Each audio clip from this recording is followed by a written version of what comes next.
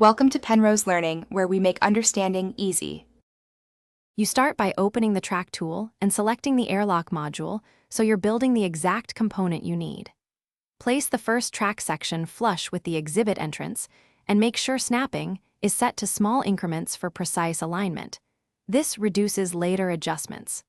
Once placed, toggle collision preview to check door clearance and reserve one tile of space for the airlock doors to operate. Make sure power and staff access options are visible before moving to extension.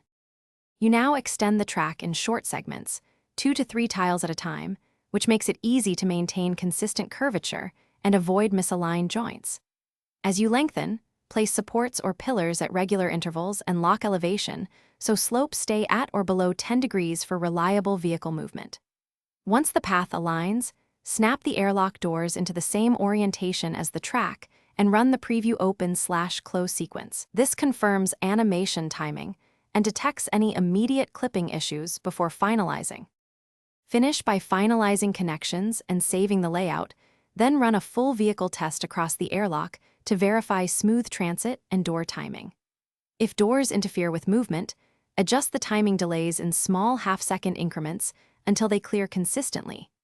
Make sure staff and power are connected for automation.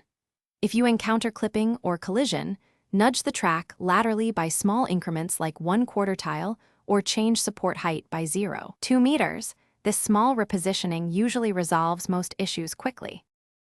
Thanks for watching. If this was helpful, leave a like and consider subscribing. See you next time.